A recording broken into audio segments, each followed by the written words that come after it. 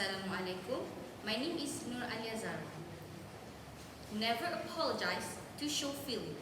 When you do so, you apologize for the truth. By Benjamin Disraeli. Good morning, ladies and gentlemen. We live in a world where apologizing has become a reflex, often used excessively and unnecessarily. Today, I would like to talk about a prevalent issue that affects many of us: over apologizing. Let's explore why we feel compelled to say sorry, the consequences it brings, and most importantly, how we can break free from this habit and embrace our authentic selves. We've all been there, bumping into someone on the street or asking a question in a meeting just to find ourselves apologizing for no reason. Research shows that excessive apologies are a common phenomenon, especially among those who are struggling with low self-esteem or fear of rejection. Also, according to the recent study conducted by the Apology Institute, an average person utters unnecessary apologies 8 to 10 times a day. Over-apologizing may seem harmless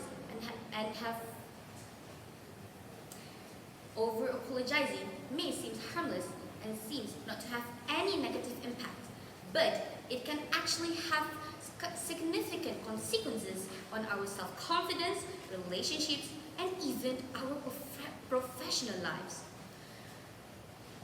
When we constantly apologize, we actually send a message that we lack confidence in our choices and opinion.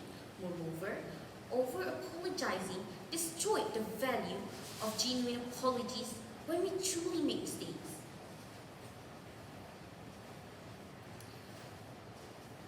Now, let me tell you a short story.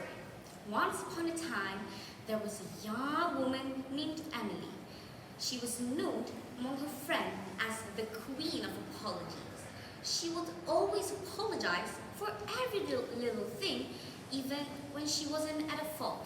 One day, while at a party, she accidentally spilled a drink on a stranger's shirt. She was feeling anxious, but instead of her usual reflex of apologizing, she chose not to say sorry. Surprisingly, the stranger smiled and said, "Accident happens, no worries." This incident made Emily realize the power of withholding unnecessary apologies and embracing her authentic self. So, how can we actually stop over-apologizing? Here are a few practical strategies. First things first, reflect on self-worth.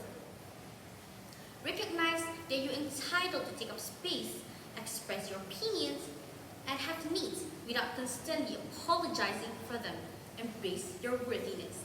Second, use gratitude instead. Replace excessive apologies with expression of gratitude. For instance, instead of using "I'm sorry for being late," say "Thank you so much for waiting for me."